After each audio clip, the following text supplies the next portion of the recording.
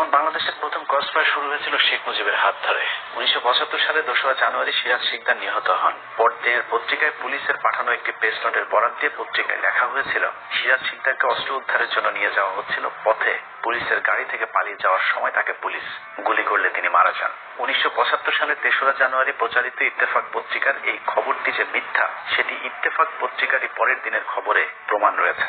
4 জানুয়ারি 1975 সালে ইত্তেফাক পত্রিকায় প্রকাশিত খবরে বলা হয়েছে, সিরাজ শিকদারকে মোট 4টি গুলি করা হয়েছিল। এর মধ্যে 3টি গুলি বুক ছেদ করে বেরিয়ে গেছে আর 1টি গুলি ফুসফুসে আটকে ছিল।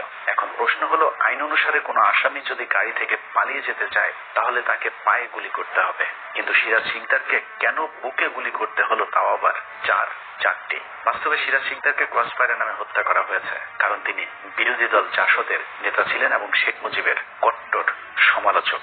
মোশাররফ হোসেনকে হত্যা করে, সিরাজ শিকদারকে হত্যা করে, এই ধরনের রাজনৈতিক হত্যার মধ্য দিয়ে ফ্যাসিবাদী কায়দায় খবর কাগজ বন্ধ করে দিয়ে মানুষের সিভিল রাইট এবং মানুষের ফান্ডামেন্টাল রাইট এগুলি কাটিল করে দিয়ে মুজিব ক্ষমতা থাকার চেষ্টা করে। এভাবেই বাংলাদেশের সব ধরনের নোংরা রাজনীতির জনক আওয়ামী লীগের নেশন পাপা শেখ মুজিবুর রহমান।